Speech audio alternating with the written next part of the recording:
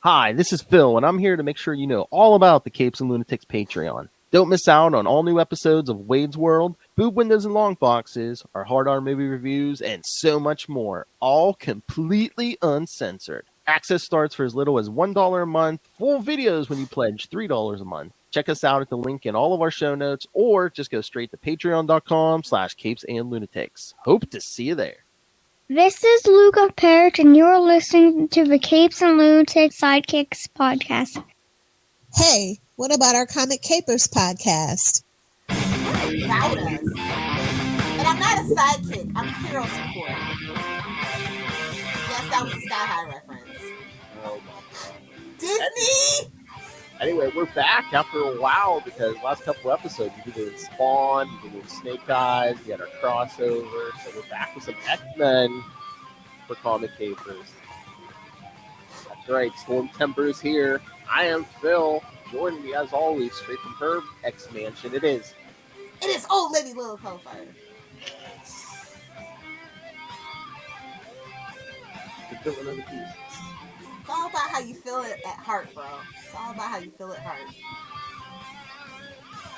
She's the hero for Earthstorm. All right, so yes, we're starting off Storm Temper with, of course, her first appearance from Giant Size X-Men #1. Don't mind the misspelling on the scrolling if you're watching on YouTube or live on Facebook. I can fix it. Shut up. Saturday morning. I know. But yes, because Lilith demands giant size.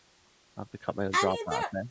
You know what, honestly, sometimes they're not even the best, but it's just like, oh, you gave me extra. Thank you. Hey, there's a drop. You're welcome, Ray. I was thinking, I need drops for all the shows. You know, we have our I love Batman. I love X-Men. I love Green Lantern. I love Spider-Man. Here, I'll do you one. I love Guy Gardner. Oh my, there you go. I also got a, hey, I'll do you one. You boys looking to party? Just have everybody recreate everyone else's drops. Oh my lord. All right, so yes, we're here covering 3 issues. 2 of them are oversized because we have an annual too. All right, so and there are synopses for all of these. So where'd you get them from? The Marvel database. Oh, okay. She's like, okay. All right, so the first one, like I said, Giant Size X-Men #1 from May 1975. Again, for all of our times. Writer Len Wein, penciler Dave Cockrum, inker Dave Cockrum, and Peter Iro, colorist Glennis Wein, letterer John Costanza, editor. Can't stand you. Sorry. Oh my god. So, yes, remember the writer was Len Wein, editor Len Wein. Wait, why do I got multiple writers on this thing? I think it has to do with like credit or something, because like remember it was that break, and then like now we're doing Second Genesis, and then it like kind of comes in after X-Men 66, but before like number 94. Yeah. This is a weird time in X-Men history, to say the least. Because you scroll down and say, and then writer Roy Thomas and penciler Warner Roth. So did different people do different chapters or different characters? You know, I'm thinking that's what it was. Very interesting. Yep. Yeah, because I was looking at the list for our summer of '69 that'll probably be coming next June. But yeah, I was like, yeah, you know, a lot of the '60s X-Men were reprints. Well, later, you know. Yeah, they had stopped making stories for a while. Yes, like you said. And that's why this is like retroactively placed in between the end of that run. Yeah, because from like 67 to 93 were all reprints, so. Yeah. Can you believe it? The X-Men weren't popular at one point. Well, it's kind of like now. You really couldn't create a team like the X. Oh, that's such forced diversity. You're so fake woke. You know? Well, that's the cyclical political kind of thing, you know. Well, meanwhile, look at the one with what's the one that didn't last and had to go in the reprints? All the one with all the white kids in it. Yeah, all the privileged white kids. You know, it had lost its magic, to say the least. Especially that most privileged of all, Warren Worthington III. Has the nerve to call himself Angel. Will says we should be calling Jean Grey an angel. Have you seen her? Exactly. I see you, Charles. I see you. He's the one recruiting. Oh, all these hot ex. He is the one recruiting. I know. And he runs a school for the gifted, but really underprivileged. He's just Batman with telepathy. There, I said it. Go look at Jean, Scott. Your eyes will burn.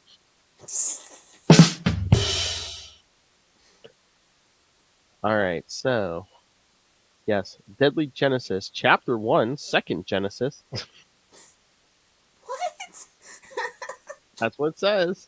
I know, no. It's just like, oh, you guys are trying so hard. In Weinzeldorf, Germany, an angry mob rages through the streets in search of a monster, the mutant Kurt Wagner. Kurt pleads that he only wants to be left alone, but the hysterical mob attack and overwhelm him through sheer numbers. Suddenly, the whole mob literally freezes in its tracks, subdued by Professor Charles Xavier's telepathy. So yes, he mind raped the whole crowd, kids. Classic. Xavier offers Kurt refuge at his school, which is a haven for mutants.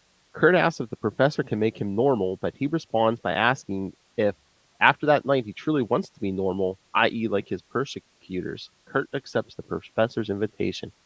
No, sorry, kid, you're not a chick. I can't make you look any better.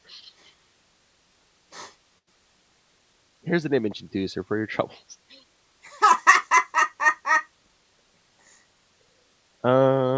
Quebec, Canada. I wonder who this is going to be. Professor X visits a government base and meets Major Chassin and the mutant referred to as Weapon X, who we last saw, I think, in Incredible Hulk 181. Correct. Charles offers Wolverine, better known as Wolverine. Charles offers Wolverine a chance to join him and become a free agent. An offer Wolverine accepts on the spot. Chasen objects, but Wolverine... That doesn't seem like the Wolverine we know and love. I'm just saying. What? Punching the clock? On the spot. That's not the Wolverine we know and Oh, love. no, I thought him... Go F yourself, Pat Bub. No, that makes... I think it definitely seems like Wolverine. It was just him punching the clock. That was like, really? He held a job for how long? Exactly. Jason objects, but Wolverine officially resigns from duty by slicing off his tie. And yes, kids, an actual tie. But could have been worse, Bub. It could have cut something else that was dangling. It'll grow back. It'll be alright. Hey-oh. As Wolverine leaves, Chasen warns him this isn't over. Shakes his fist in air. All right. Oh, Lord. Nashville, Tennessee. Banshee is attending a show at the Grand Ole Opry when he receives a telepathic message from the professor with an urgent plea for help. He quickly agrees to do what he can.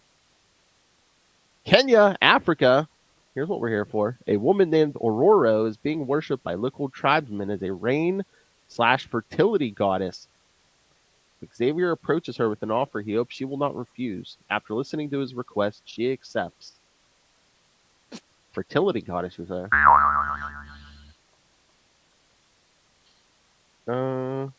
He's not wrong. Well. Osaka, Japan. Xavier pays a visit to Sunfire, pitching him a similar offer. Sunfire is disinterested in helping white Westerners, but reasons that he owes it to himself to test his abilities. But don't judge us all on Xavier, kid. Come on. Exactly. I like that they're trying to be more like international, like this is an international team. But it's like, oh yeah, I taught them English via telepathy. It's fine. Don't worry about it. Like, isn't that kind of mind rapey too? I'm just saying.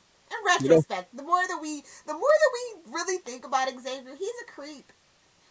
I mean, I guess that was kind of their version of a universal translator, but I don't know.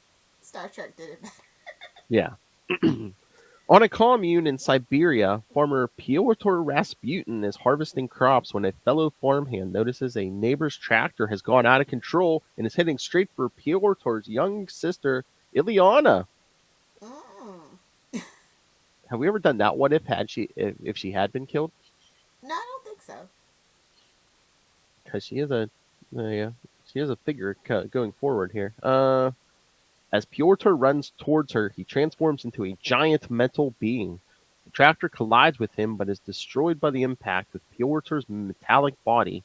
Xavier invites him to come to America to his school. Imagine having a last name like Rasputin, especially in that particular area of the world. Like, if you know about the whole history of Rasputin. Wow. And have those faulty Russian tractors. Oh, that's the dark story. What if Xavier set all this up so those people would accept? Like he said. What if he totally did that? That's been my headcanon for years. Because come on. Sent the crowds out, sent the mob after Nightcrawler. Made the tractor run out of control. I'm surprised Magneto hasn't brought that up. It's like, Charles, are you going to tell them the truth or should I? Oh my God! That's start a civil war within the X-Men. That's what kills Krakoa.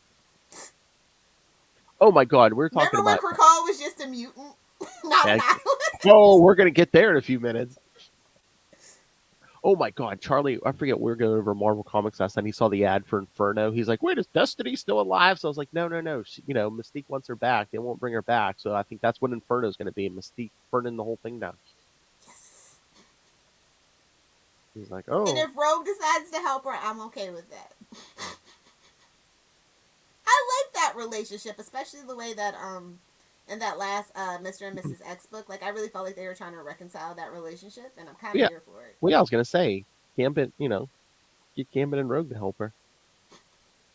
It's a family reunion. I know. All right, back to Colossus. Upon asking his parents' permission, could you imagine? How old is he?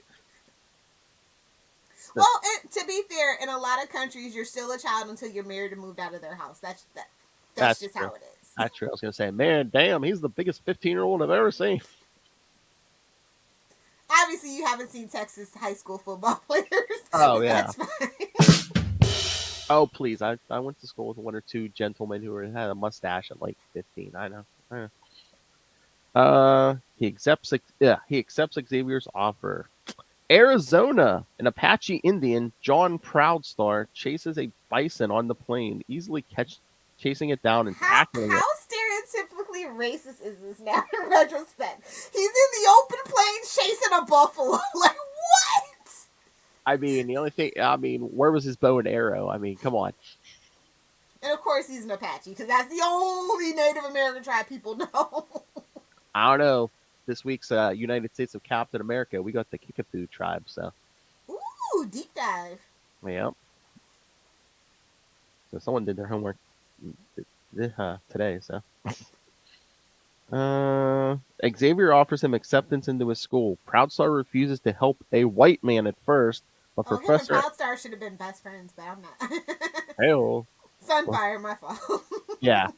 But Professor X counters that perhaps he is just a coward. Infuriated, Proudstar accepts Xavier's offer in order to prove him wrong. Reverse psychology, baby. Can you imagine? Before they taught Freud in high school, I guess. He wasn't going to say that to Wolverine, and I tell you that. All right. Chapter 2, and when there was one. The 7 disparate mutants meet at Xavier's school in Westchester and are given new costumes composed of unstable molecules, which Professor Xavier stole from Reed Richards. He didn't steal. He borrowed the formula from his brain. Borrowed, yes.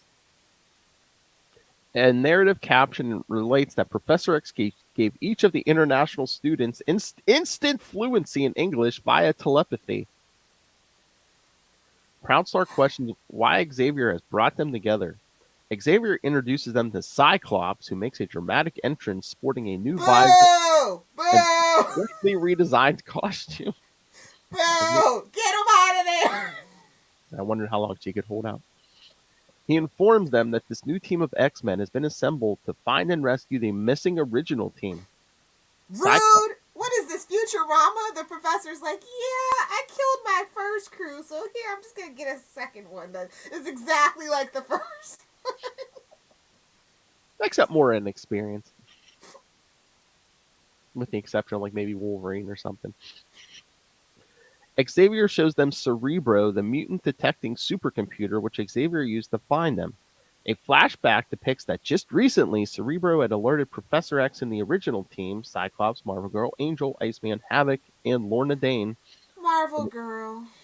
To the existence of an extremely powerful mutant on the remote Pacific island of Krakoa. Dun, dun, dun.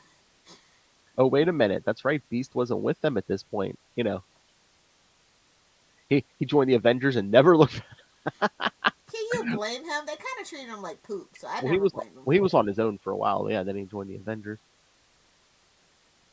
He's such an interesting character. Whenever we get a chance, we should definitely do a spotlight, whether it's on like long windows and boo boxes or whatever. Oh yeah, because we can do them with the original team, and then like what was that? Was it Amazing Adventures or what was that when he originally started spouting hair? Oh yeah, Could do some of that. Then we would have to do. Which I will say, I did like the reboot trilogy just for their emphasis on Beast, even if it was kind of half cooked. Exactly. The team head off to find this mutant. There's a passing mention to the Beast having departed from the team. Boom. Screw you, Professor. Immediately upon their arrival, they were ambushed.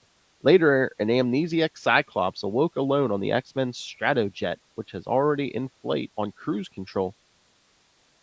His visor was missing, but his eyes were inexplicably no longer emitting optic blasts.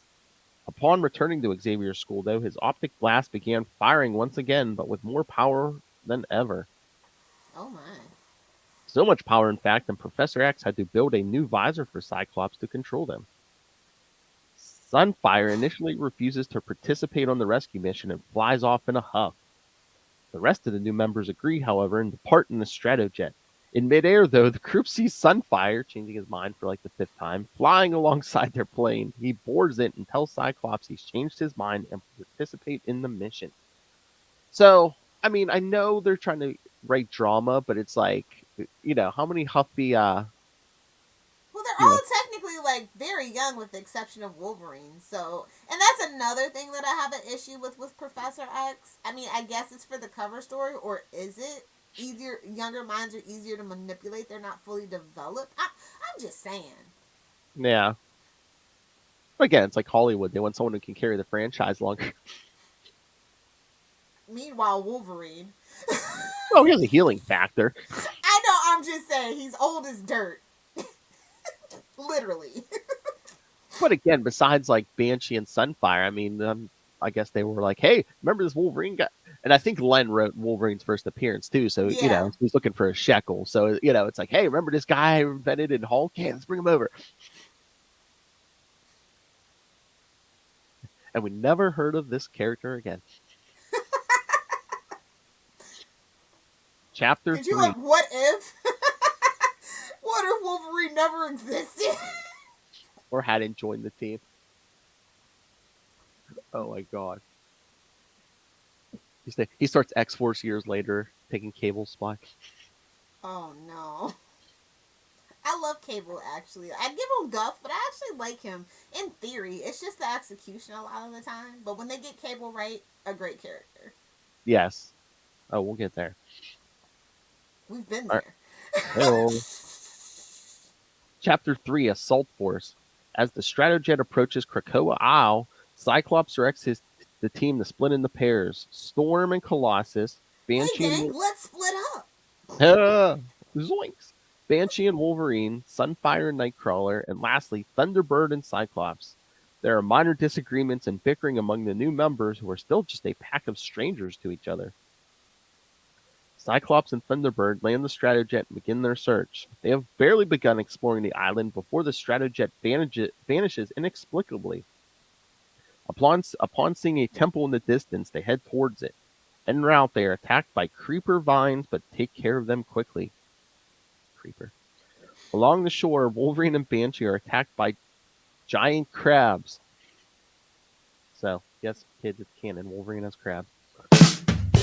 Elsewhere, Colossus and Storm trek towards the temple and are nearly struck by an avalanche. I mean, but think about it. If you have a healing factor, would you wrap up your Jimmy? I know most guys wouldn't. Because most guys are gross. Just saying. So we got a bunch of little Wolverines running around? I wouldn't doubt it. Well, we had at least one. That's why I'm like, we really didn't need the Weapon X. He actually has some kids running around. Hashtag changed my mind. What is Wolverine called being with a bunch of women? Weapons research. Nice. Yes, avalanche. As they run for cover, the rocks follow them, and Colossus uses a tree as a makeshift bat to swat them away. Finally, Nightcrawler and Sunfire battle a group of angry birds. Still can't get past level 3. Nightcrawler teleports around the attacking birds, while Sunfire just blasts them. Each pair of heroes has spotted the temple, and they all convene outside it. They enter the temple, busting through a pair of tightly sealed doors. Inside, they find the missing X-Men. Weird tendrils bind the captives and appear to feed off them.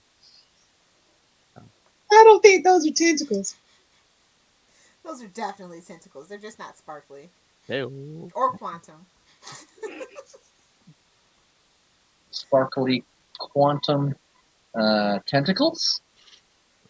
The new team quickly gets their predecessors to relative safety outside.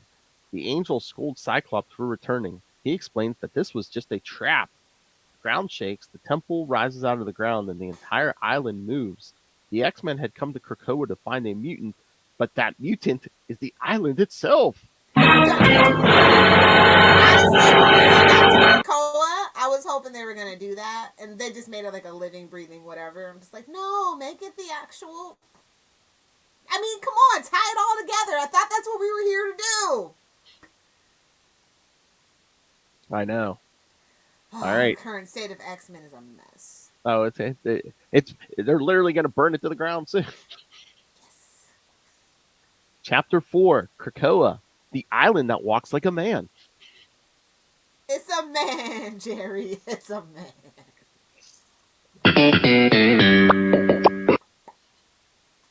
In a flashback, it is revealed that radiation from atomic tests... Ah, yes. Gamma radiation, you say? Cosmic rays, you say? Near the island caused a host of mutations on the island's indigenous life before the island itself eventually mutated into a single group mind entity. Krakoa needs to feed off the life energies of other mutants and found the X-Men to be an excellent source of sustenance. It allowed... except it spit out Cyclops. Exactly. He's like, I don't want this redhead. Get him out of here. It allowed Cyclops to escape in order to bring back more mutants, which he did. Dummy. Krakoa launches an all-out assault on the combined teams. Despite the combined power of old X-Men and new, none of their attacks seem to affect the island. Professor X then intervenes via a telepathic message and tells Cyclops he thinks he knows of its sole weakness. As Professor... become its friend. As Professor X attacks the island with his mind to distract its communal intellect, Storm flies into the sky and shoots electricity down into Lorna Dane, stimulating her magnetic powers. Fearing that the tactic may kill Lorna, Havoc pleads with Cyclops to put a stop to it. Cyclops tells his brother that he cannot risk the life of one woman, even the woman Alex loves, for the safety of the entire... Meanwhile, he'll literally move the heaven and stars for Jean. Rude. Let's fight the Shi'ar on the moon for Jean. Yeah. Suffering from fatigue, Professor X always assault falters, and Krakoa regains its strength from the typhoon that Storm has created. Scott and Alex combine their powers with Lorna's own, and she directs it downward. Her magnetic power penetrates to the center of the Earth, causing Krakoa to cry out in terror. As everyone flees to safety, Iceman snatches up an unconscious Lorna, refusing to allow Havoc to help her. This angers Havoc, but Cyclops tells him to set aside their personal feud until later. Again, why don't we make Iceman bi? Because it's more. Well, A, biphobia, B, bi erasure, and C, it's more juicy to just make them gay. That's true. I thought. Wait, and remember D. Bendis. Nice. Thank you. As the island begins breaking up, everyone jumps onto Iceman's ice raft.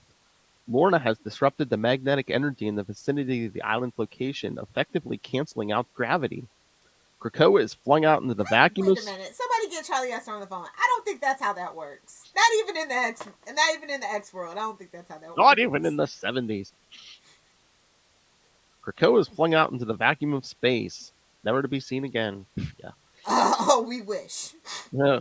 The ocean, at its now former location, churns into a swirling whirlpool.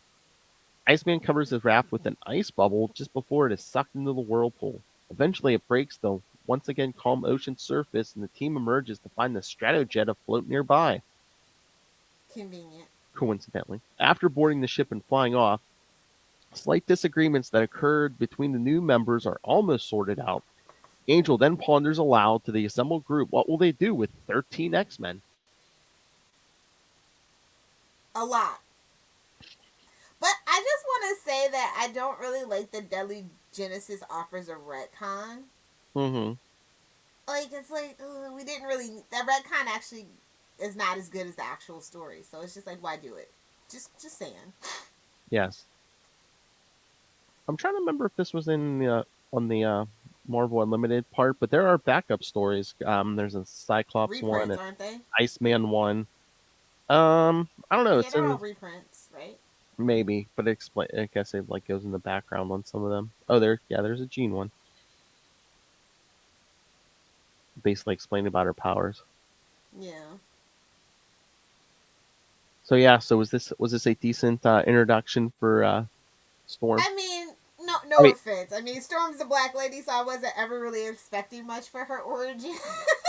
Like, I just knew that going in as a Storm fan when I discovered her when I was younger. So I was just like, I think the X-Men 90s cartoon did a better origin than this book ever, or any book really up until like her and the Gambit thing, or those things, which were much, much later after her introduction, like damn near 30 years into her introduction. Yeah.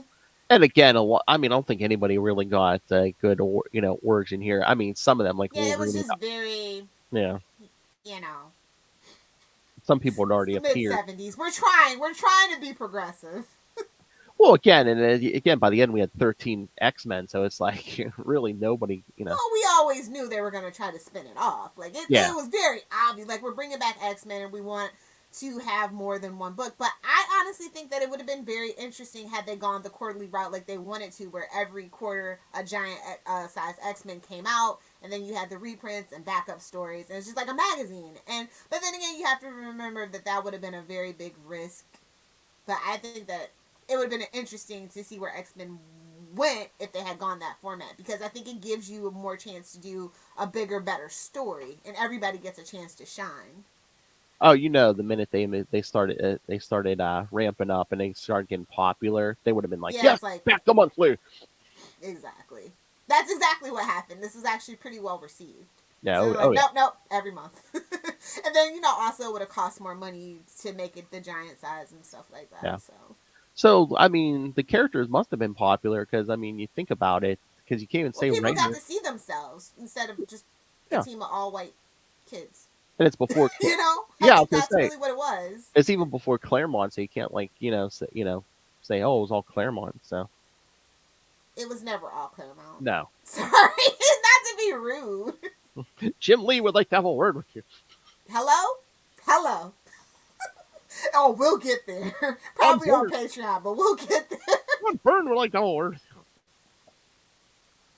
But no, I think it was pretty decent if you remember the time and the format and stuff like that, the formula. So it was fine. It gets better as we go. I'll put it to you that way. All right, so should we get to the next one? Uncanny X-Men number 159. Good morning, Krakoa. Who are you? have to go. I'm going to go on my phone if I forgot who that is. Uncanny X-Men 159 from July 1982. Jump ahead to 1982. Writer Chris Claremont, of course. Penciler Bill Sienkiewicz, who would provide the art for some white Batman wannabe. And you're on mute, Lil. So I know, because Ray might hear this. What the F? Sorry for that, Ray. A couple of balls down the gob. Inker Bob Wyasek, colorist Glynis Ween, letterer Tom Orzechowski, editor Louise Jones. Oh, whoa! Title: Night Screams. Nice. I don't know. They could take that title a couple different ways. Mm-hmm. Oh my! Will's like, yes, sir. Oh. Remember when they used to call Kitty Pride Sprite instead of just Kitty Pride? Oh, yucky! Yeah. Ooh, I would just go by my name as well. All right, so the X-Men arrive at Misty Knight's apartment but find someone other than Misty in residence. Yeah, remember when Misty was an X-Men character? No, I like to pretend like that never happened. Oh my. Not a fan of the Misty. She never got good development. I'm just saying. So what, we have to punish her by making her sleep with Danny Rand? I mean, there's worse fates. Hey-o. Barely, but there are. Hey-o. Oh my. Oh my. They shortly discover that the resident is the fashion model Harmony Young. Everybody's a fashion model in the world. In New York. It's so rude. But we do get Daughters of the Dragon, so, you know, I'm not going to complain. And she is sharing the apartment with Misty. Storm apologizes and explains that Misty has offered them the use of the apartment whenever they need it. And the roommate's probably like, oh, thanks, great. These people can just come and go. She says they'll go if their being there is a problem, but Harmony dismisses this. If it's okay with Misty, it's okay with her.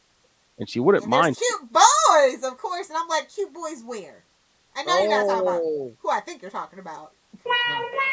Colossus, maybe? Okay, Colossus. I can get behind that. No kink shaming. Or in front of it. Hey-oh. I said what I said. And is Nightcrawler using that image inducer so he can look like whoever he wants? He's too pious and in his head. I know. Yeah. That's not Kurt's not that guy. He's a monk, I know. Wolverine reminds Kitty that she has a meeting with her parents and can't go dressed as an X-Man. Worried about clothes, Harmony offers Kitty some of her own. Excited, Kitty gets dressed and Storm walks her to meet her parents.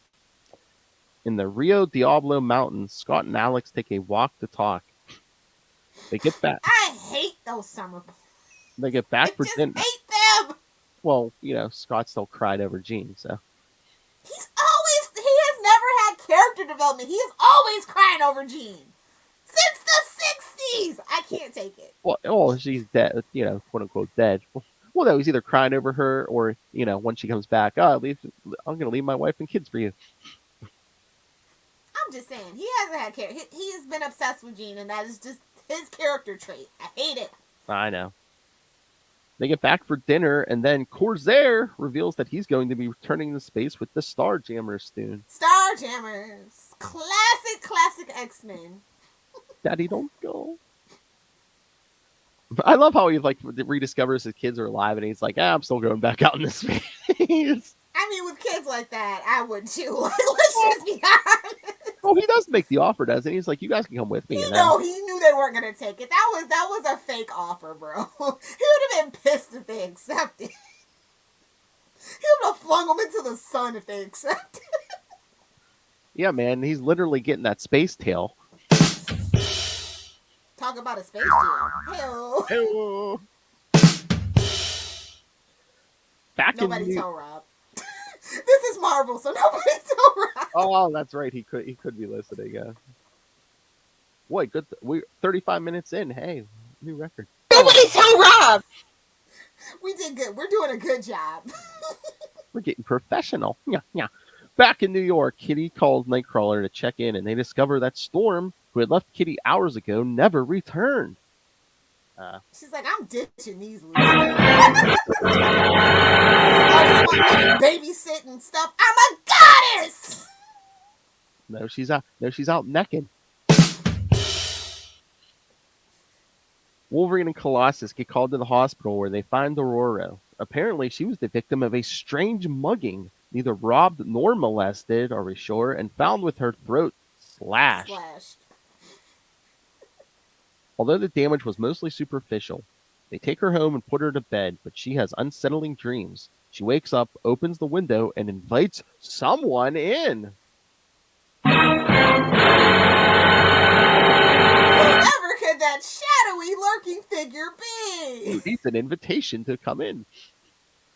The weekend passes and Kitty returns from visiting her parents. However, the X-Men's faces are grim. Aren't they always? Storm is still abed and doesn't want to go on living. Kitty goes in to comfort her, but Storm protests when she opens the curtains, claiming I agree. This is how I feel when anytime I have to open the curtains for the day, because I have big blackout curtains. Oh yeah, so when I have to wake up in the morning, I'm just like, ugh. Oh yeah, kid, she slept here. Yeah, oh yeah. Don't bring the sunlight to Little Hellfire. Yeah. Claiming the sunlight hurts. She and Kitty talk, but Kitty notices Storm flinch when light reflects off the Star of David Kitty wears around her neck. Nice scarf. He also notices the nice scarf with an embroidered D that Storm claims to have gotten from an admirer. Storm asks Kitty to go. How thick can you lay it on? How thick can you lay it on? What, did someone gave her the D? Storm asks Kitty to go, and Kitty leaves the apartment, claiming she has errands to run. That night, okay, for those of you who may be a little slow, Dracula comes for Aurora one final time to make her his undead bride. Just then, he's like, "Gotcha, bitch!" This is the funniest panel I've seen in a long time. Just then, Kitty phases through the wall, cross held firmly in her outstretched hand. Dracula at first flinches, but then realizes it has no effect on him. He attacks her, but burns his hand on the Star of David Kitty wears as a pendant. Dracula and Aurora flee, and the X-Men come into the room, having heard the commotion. Kitty explains that Dracula took Aurora, and while doubtful of the assailant's identity, Wolverine sets to work tracking them. They track Aurora. It's Morbius. No. No, I'm kidding. He's a living vampire. Dracula is actually a character within Marvel, and it has been for a long time. Actually, the horror stories that Marvel used to do, I kind of miss them. Yeah, Dracula used to have his own book. Yep. Tomb of Dracula. Oh no, you want an X-Men Morbius tale? Stay tuned for January, kids. For our January? January, yes. Yes. We could have gone for Marvel Girl May, but whatever. May is when a bunch of movies come out, so hopefully. We have plenty of time to do plenty of X-Men. We can do Magneto May. No. No? Leave that to Russell.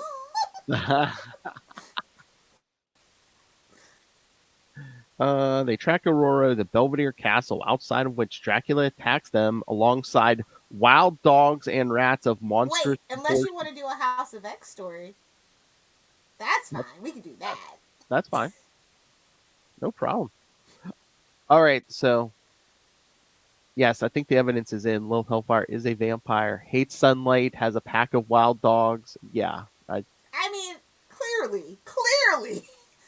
Controls packs of wild animals. I've been obsessed with vampires since as long as I can remember. I can't even tell you how. I think I was literally like 5 when I was reading Anne Rice, or 6 or something like that. Really? Yeah. Boy, I at least waited till high school. The X-Men defeat the wildlife, but Dracula is proving too much for them. Except Nightcrawler does not truly believe, and he forms the cross from some splintered wood at hand, hurting Dracula. He's a monk, remember? Yep, he believes. Hurting Dracula, and he tries to zap the fuzzy elf with demonic lightning. You better put some respect on that caller's name. I'm just saying. I know. Inside the castle, Kitty has slipped away from the fight. She finds a coffin, using holy water to make it unsuitable for use by a vampire. Kitty gets ambushed by... Did they just know vampire lore for no reason? Like, well, I guess the 70s were kind of big on that, on the vampire stuff. I've seen the movies. It's like people who get like medical advice from the internet. You know, they're like, I've seen vampire movies. I'm dying! No. Drink some orange juice. You'll be fine. Hey-oh. Kitty gets ambushed by Storm, already starting her transformation. Her fangs elongating. Kitty dives for the stake she brought with her and prepares to use it, but then she drops it. What, Kitty? That's rude. But then she drops it. She can't stake her friend and tells Storm that if she wants her life, she can take it. She's like, we can be brides of Dracula together! What? Sister wives! Now there's a reality show. The Sister Wives a new of Dracula book, but it's just the Sister Wives of Dracula. Oh man, Lil Hellfire would be here for that. Just vampiric orgies. Outside you've seen True Blood. Hello. Outside, the X-Men think to bring the battle to a head, but a tremendous blast of lightning leaves the X-Men unconscious and Dracula victorious. Storm arrives and Dracula tells her he will slay them, but then Storm reveals that his hold on her is broken. She chases him through the sky, knocking him through the glass facade of a high-up restaurant. Dracula grabs a hostage, forcing Aurora to drop the stake she got from Kitty. But it's a standoff. Dracula cannot exert his influence over Storm, but neither can Storm attack him. Finally, Dracula drops the hostage, conceding that her strength was what attracted him to her, and the same indomitable will has defeated him, for she has bested his attempts to bind her to him. He leaves. Later, Storm and the X-Men are reunited. However, Moira McTaggart calls with bad news. Professor X is getting worse. It's always worse. Yeah, is that the where he was battling the brood embryo or whatever from Maybe, I think. Yeah, I think this is around that time. Yeah. Okay. So they have to clone him a new body, which is how he walks for a while, kids. Oh, a shout out to because Kitty and Colossus have always been a thing, which I appreciate. That's like one of the best continuities. I love where she's like, "What's she talking about? Colossus isn't cute. He's mine." Like she might as well have just said that. I know. So wait, so Storm broke her hold on Dracula and still zapped the X-Men with lightning? Just saying, she knows. She knows. Oh yeah, just wait for that excuse. Hashtag petty. Don't you forget, boys. Oh yeah, this was also the first time they mentioned Nightcrawler's religion. So talk about a whipping boy. His backstory is so tragic. Like, I know. The reason why the mob was chasing him in the previous issue was because he killed his brother, but it was a mercy killing. But because of how he looks, they thought he was just like an evil demon. Like, just jeez. Mm-hmm. Just jeez. Oh yeah, it is a brood embryo. Yeah, they showed the last 2 issues before this. So yeah. Yep. I know a little X-Men history every now and then. Well, yeah, you're an X-Men fan. We're not posers, people. We know our history. I'm sorry, I know everyone can't know every single second, but like I listen to shows and when people are just like, "Oh, I don't know, what was that? I don't know." I'm just like, Google for 5 minutes. Exactly. It's like you couldn't do that before the show. Even if you didn't spend your entire childhood reading comics like me, it's like you're it's so easy now. It's all cataloged and list of where to start reading. I had to figure it out on my own. Exactly, kids. I mean, yeah, we had to read comics and be like, "Hey, this happened," and blah blah blah. We had to good luck tracking that down in a back catalog. Had to track them through editor's notes and all kinds of stuff. On to the last story. All right. X-Men Annual number 6. from November 1982. Still no Lilith Hellfire, but it's fine. What? Oh, yeah. I said still no Lilith Hellfire, but it's fine. I was going to say, I was 4. Writer Chris Claremont, penciler Bill Sienkiewicz. Enter the Claremont. Hey-oh. Inker Bob Wyzek, colorist Glennis Ween, letterer Tom Warszawski, editor Louise Jones. So basically the same team. Appearing in Blood Feud. Because we got bad blood. Okay, thank you, Tay-Tay. What? I know. Oh, also, Dracula and Lilith. I'm just saying. Good choices, Phil. What? Good choices. I like the choices you picked. I think these were your choices, I believe. Are they? I was wondering why I'm feeling these so much. Yeah, no. Next episode will be my picks. No, these are your picks. I love Lil's like. I was just like, oh.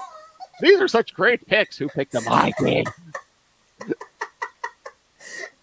the worst. How you put up with me, Phil? I don't know if it's just amnesia from alcohol or just, her patting herself on the back. These are some great picks. Who picked them? Me. It's the alcohol. Plus, like, picked these, 2 months ago or something like that. Yeah. Blame it on that. So yes, Blood Feud. Following the end of her relationship with Frank Drake, Rachel Van Helsing has relocated to the United States. Van Helsing? And began teaching at Bard College. Returning to her home one day, she is shocked to find her old enemy, Dracula, waiting for her, and he was ready to make her pay final retribution for all the years that she has hunted and hounded him. Meanwhile, at the X Mansion, that was a cold open if I ever saw it. I know, that's where that 80s opening would come in, yeah. Danny DeVito's Wolverine. Joe Pesci, be serious. Go get your shine box. Meanwhile, at the X Mansion, Kitty Pryde is exceptionally emotional over the fact that her parents are getting a divorce. Having hoped that her parents would patch up their relationship, Kitty takes the news terribly and breaks down into tears, asking Storm and her fellow X-Men how her parents can do this to her. I mean, I would have just said, hey, Jean, can you make my parents love each other again? Jean would have done it. Just saying. Well, no, remember, Jean's technically still dead. Hey, Professor She's X. She's not dead. She's coming back any day now. Ask Professor X, he has any compulsion. No, well, Professor X wouldn't do it for the parents. He'd do it to erase some shady memories. There's plenty of other telepathic people. I mean, you could call up Emma Frost, maybe. Oh, true. Pay her some money.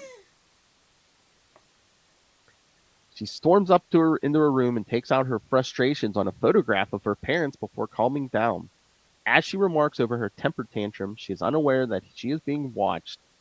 The being in the shadows. He didn't learn his lesson. I know. The being in the shadows quickly takes possession of her, although Kitty doesn't know it.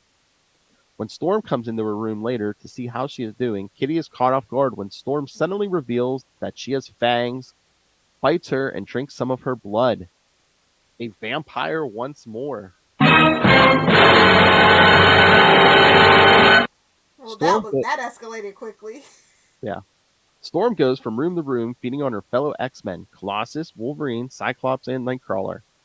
After her feast, Storm goes to her loft and transforms into a human bat hybrid and flies off into the sky. You can't make this stuff up. I know. I see you, Claremont. I love Batman. Batwoman, that's is. That's they true. don't even know who Man-Bat is. You're a poser.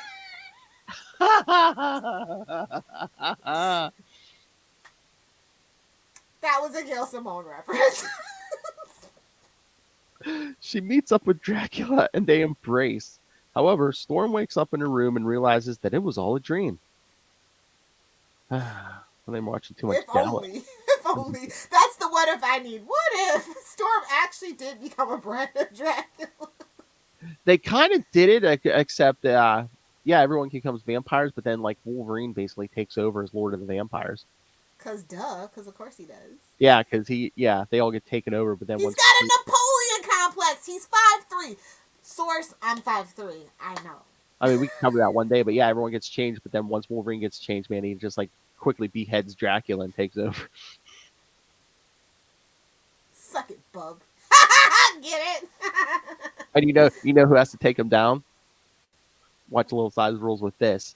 All right.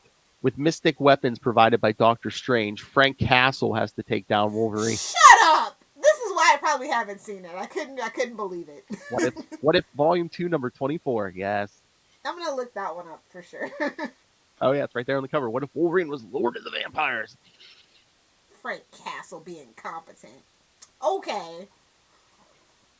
Well, when he has no other choice. She then goes and checks on Kitty, feeling the call of Dracula. Storm changes into her costume and flies off to answer it. She is unaware that Kitty has been feigning sleep and watches her leave.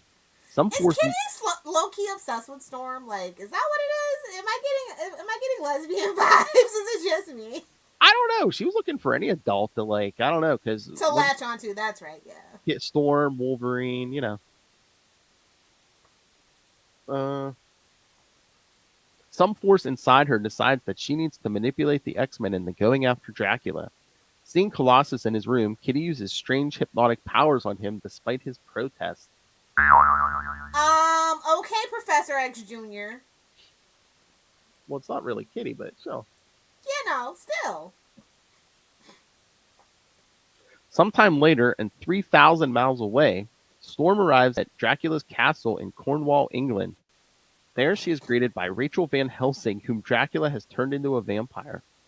You remember that cold open? Yeah, that's what happened. Yeah, remember the cold open, kids? Before the da-da-da-da-da, bow, bow, bow. Yes, Law and Order.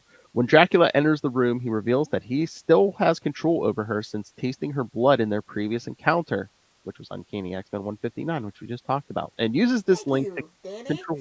What? Wait, wrong editor. Needing to feed, Dracula tells her that he has plans for her when he returns. When he does, shortly after, he orders her to do a task for him. She agrees with it as long as nobody is harmed and that the X-Men are not involved. Dracula agrees to these terms and tells her that he intends for her to collect a book that contains a spell that can destroy him once and for all. Can't have that laying around. Dracula and Van Helsing lead Storm to a castle in the town of Pendaro, where he orders her to enter a castle which is on holy ground that he cannot cross. As Storm searches the castle looking for the book which Dracula has sent her to obtain, she is shot with a crossbow by Kitty. Rude. Damn. Sweeping Kitty away with a gust of wind, Storm attempts to continue forward when she is attacked by Kitty's slave, Colossus. Boy, true words were never spoken. Kitty's slave, Colossus. Talk about being whipped. Ew.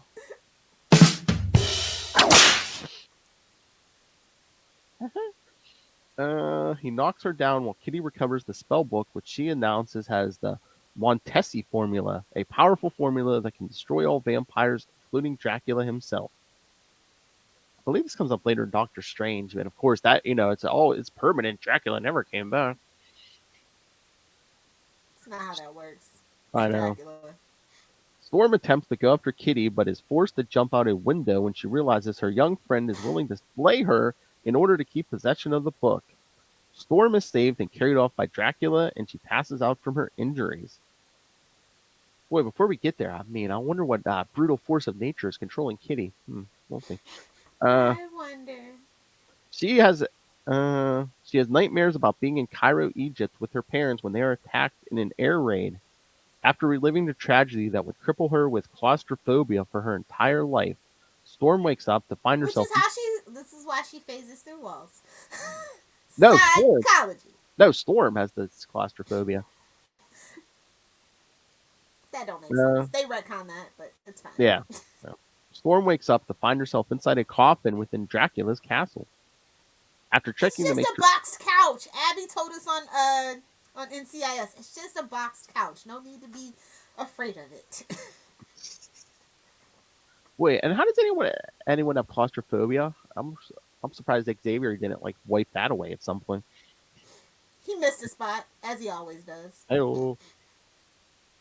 After making sure she has not turned into a vampire, Storm would attack Dracula in anger for his manipulations. Fed up with Storm, Dracula intends to kill her if not for the timely arrival of Cyclops, Wolverine, and Nightcrawler. As the three X-Men battle Dracula and Van Helsing, Kitty arrives with Colossus, which sends Dracula fleeing. Kitty and Colossus chase after him with the other X-Men not far behind. Wolverine and the others get to Dracula first, and the Vampire Lord manages to bite Wolverine, putting him under his control and sending him after his friends. I think this is the moment where, in What If he becomes Lord of the Vampires. Kitty and Colossus arrive, and Kitty begins reciting the Montesi formula, which begins to kill Dracula. Not wishing to see anyone die, not even Dracula. What? Nightcrawler swats the book out of her hand, and she attacks him. Dracula reveals that Kitty has been possessed by his daughter, that force of evil herself, Lilith. Exactly. Wait a minute. Okay, the only Doctor Strange that I've read is like number 59 that contains the Montesi formula. Okay, I see what you did there. Gotta wonder about a mind that names themselves after the daughter of Dracula.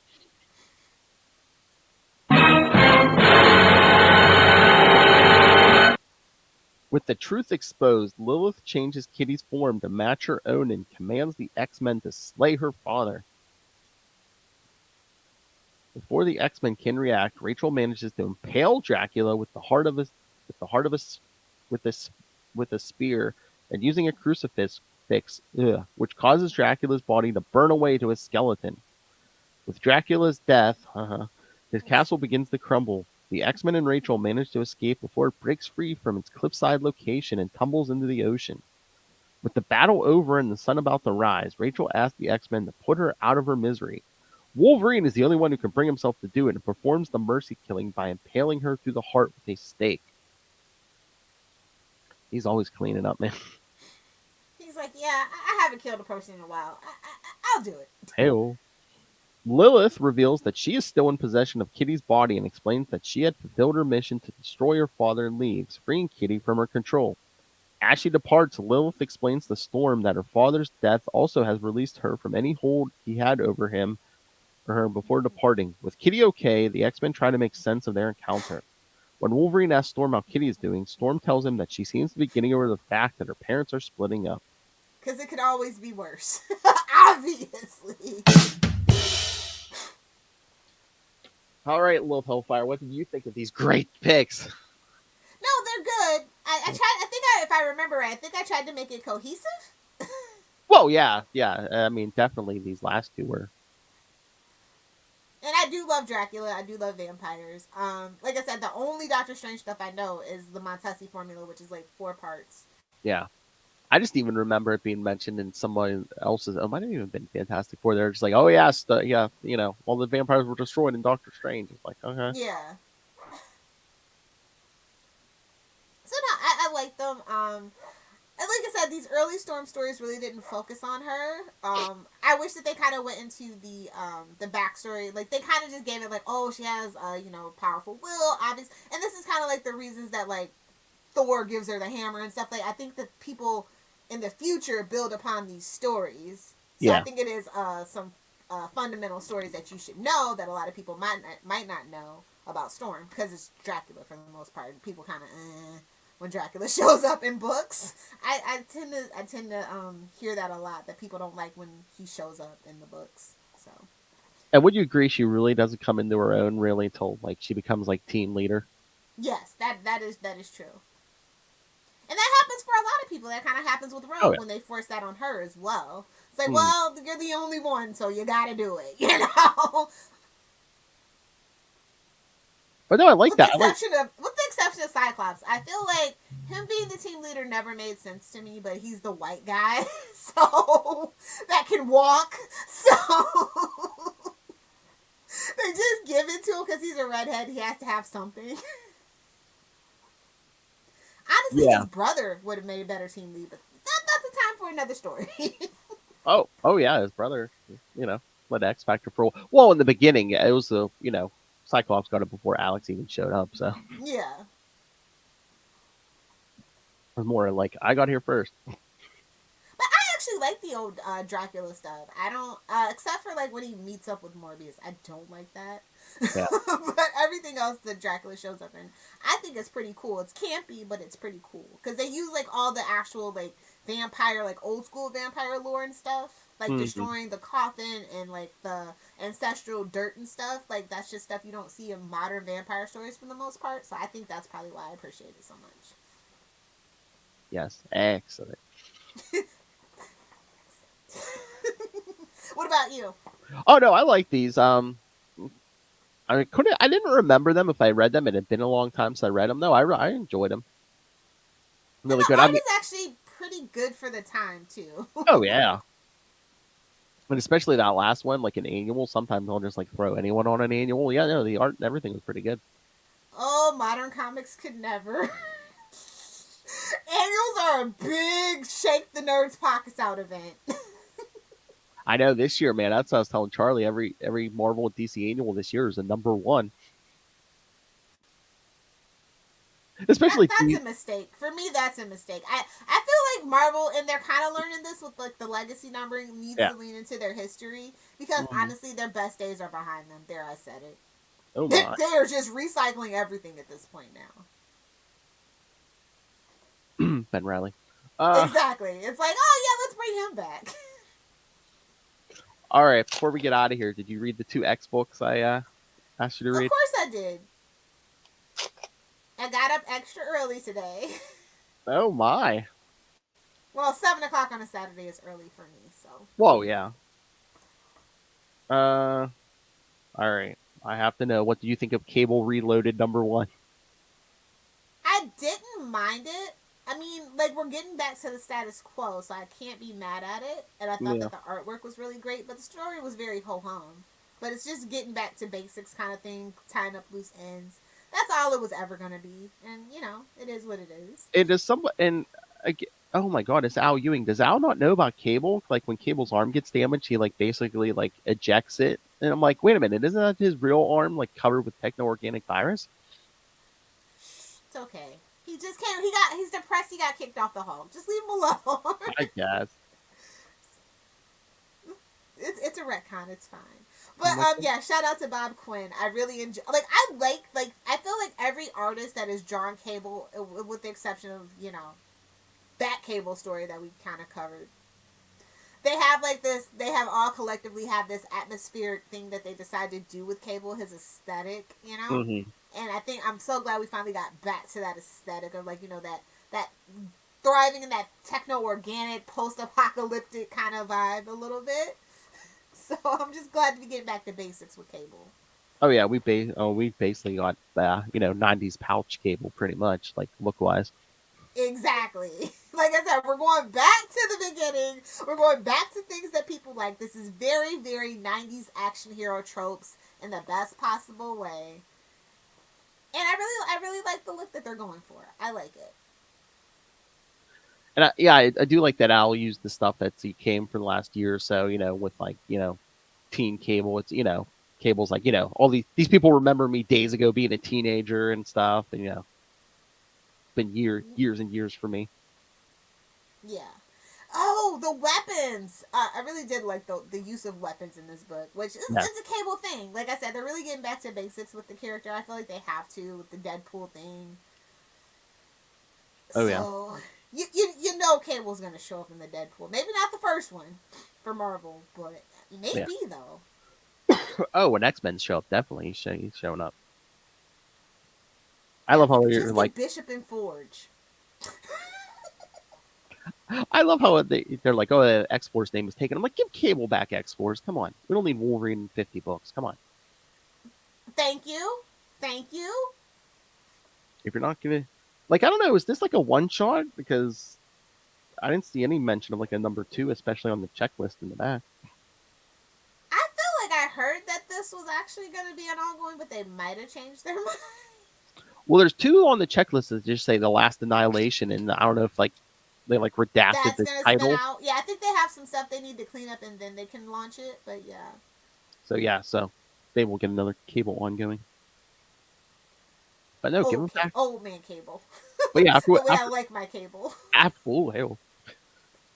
But yeah, after we burn Krakoa to the ground, let's get back to basics. Cable gets X-Force, let's stick to 2 X teams. And if you're not going to give Domino another book, her and the girls can get together and do something on a team somewhere, I'm sure.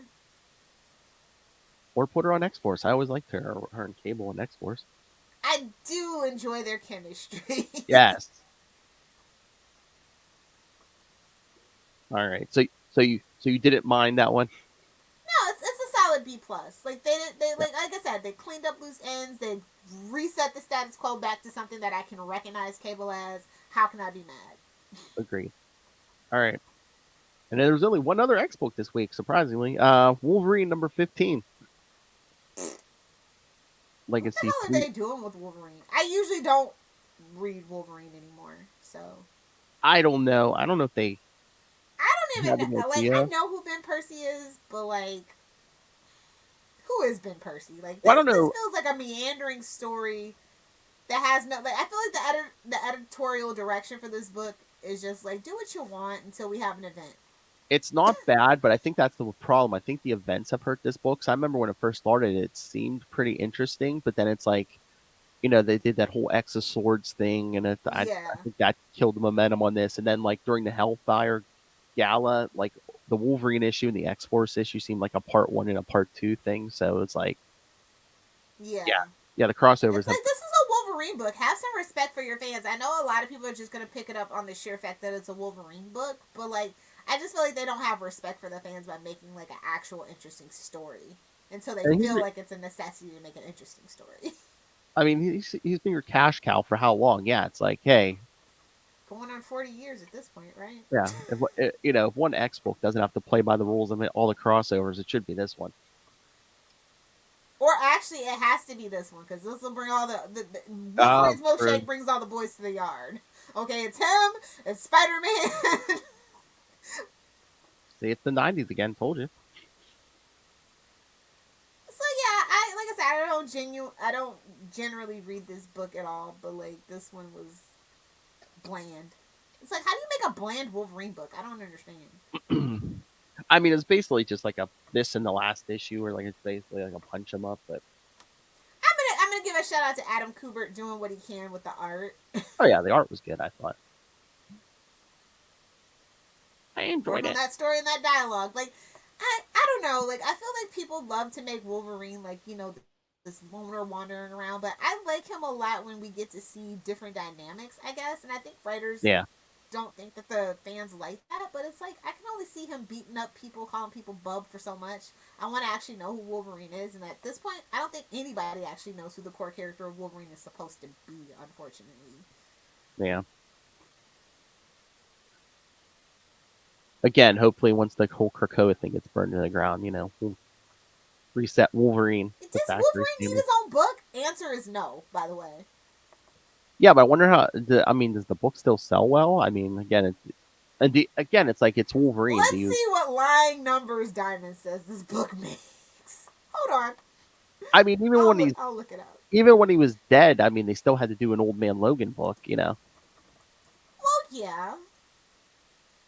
Has he become one of those legacy characters where it's like, oh yeah, he'll always have an ongoing book? Of course. Unfortunately. He's joined the ranks of like Spider-Man and stuff where it's like, oh yeah, he'll always have a book. Just for like brand recognition, it's like, oh yeah, if somebody who's never read a comics or wanders into a comic shop, they're gonna know probably. It's selling around 50,000, so it's good enough, I guess. I was gonna say it could be worse. I'm sure there's a bunch of books that are worse than that. Meanwhile, like I said, this week King Spawn had just absolutely decimated the competition. I mean, like combined, basically, he sold more than all the Marvel books combined on the pre-sale orders anyway. Yeah. So. And again, like I said, I think the thing holding this book back is Krakoa. So. They'll probably reset this book back to number 1 once Krakoa's burned to the ground. Please, they're gonna reset everything back to number 1. I think when Krakoa burns to the ground, we're gonna get a new X-Men number 1, a new Wolverine number 1, a new X-Force number 1. It better be an Uncanny. That's all I'm saying. Oh yes. Go back, yes, old school kids. Come on. We need to go back to the beginning on that one. X-Force number 1. We need Cable on the cover with a giant gun. And all the pouches! Yes! That's it. Cable and Domino are king and queen of the pouches. I'm okay with that. Hey. All right. So, any more X talk, or should we give the kids their homework? Yeah, we can give them their homework. Ray. Russell. All right, kids. So, yes, in 1 week, the Devil You Know, the Daredevil podcast returns with Daredevil 275 and 276. Get ready. Acts of Vengeance, Ultron. Yes. And then in 2... How does he get himself into this mess? He left New York. How did he do this? Exactly. This is what happens when you leave New York. All right. And then in 2 weeks, my Storm picks from Uncanny X-Men 145 through 147. What happens when the goddess Storm unleashes her full might against that college dropout, Dr. Doom? Yes, you like your petty Doom? Oh, join us in 2 weeks. And then in 3 weeks, Daredevil 278 through 282. Nice. The whole book goes to hell. All right. A handbasket. Hello. All right, kids. So, yeah, send your thoughts on X-Men, Daredevil, pretty much Marvel or DC in general. Email us, capesandlunatics@gmail.com, or call the voicemail 614-382-2737. That's 614-38-CAPES. And remember to follow Comic Capers on Facebook, on Twitter. Remember to follow our X-Men Facebook fan group. We need the likes over there. Not like Spider-Man, who's just getting it just inundated with requests these days. So find links to all of those, links to this YouTube channel, links to the Patreon, which stay tuned in August. We're going to be talking X-Women. And links to the merchandise. Stay hydrated. Stay hydrated. Cover your nips and stay connected. That's right, kids. Find links to all of it all in one place. That's Linktree, linktr.ee/capesandlunatics. And please remember, I'm getting nervous so far. And remember, support all things Southgate Media Group. Go to southgatemediagroup.com. Go subscribe to the Southgate Media Group YouTube channel and the Patreon. A bunch of free and paid content there. And stay tuned beginning of August for the Southgate Media Group podcast marathon number 6. 63 to go. Oh my God. You got him started. Charlie Esser was saying something about 63 more years at the end of Super Connectivity last night. I was like, okay, Lilith. He's like, I like Mira. It's a Rick and Morty, partially a Rick and Morty reference. That's a little Hellfire reference. Sorry, Rob. Anyway, yes, and you can also support the network by picking up Pod Life, the book, now in digital paperback. So, yes, get that on Amazon. And when you do, go on Amazon, say hello to Lilith, and use the link for Southgate Media Group right down there in the show notes. Help us support this show, the network, and that island that walks like a man, Rob. Make it rain. Say that, bloodsucker. Oh, make it rain. So says Master Do. You're weak sauce. I don't know which one would be worse. Why did your eye drift over to my podcasters? A man from Isle Podcast, Rob Master to himself. Mark my words. All right, Daughter of Dracula, where can people find you? Oh, if you nerds want to schmooze with me over on the internet, you can find me on Twitter, live tweeting Stargirl Tuesdays at Lilith Hellfire, on Instagram at Lilith Hellfire69, and of course making comments and content only related to Star Trek over on TikTok at Lilith Hellfire69. Which drops would be worthy for the Daughter of Dracula? I'm thirsty for it, bro. Nice. Suck. We have a drop for everything at this point, so it doesn't surprise me. I Am I supposed to get my medicine soon? After the podcast. All right, kids. Again, thank you for joining us. In 1 week, Daredevil 275 and 276, and in 2 weeks, Uncanny X-Men 145, 146, and 147. Storm versus a college dropout. Dr. He's just a beauty school dropout. Probably the most well-known college dropout on the planet Earth. Victor's on here. Mark Zuckerberg would like to have a word. Oh! Bill Gates would like to have a word with you. And they're all just as petty. So maybe the best known college dropout in fiction. There you go. See, and that's why our Batman podcast keeps getting messed up. You keep insulting Zuckerberg. All right, kids. Come back next time, and remember, shun the light.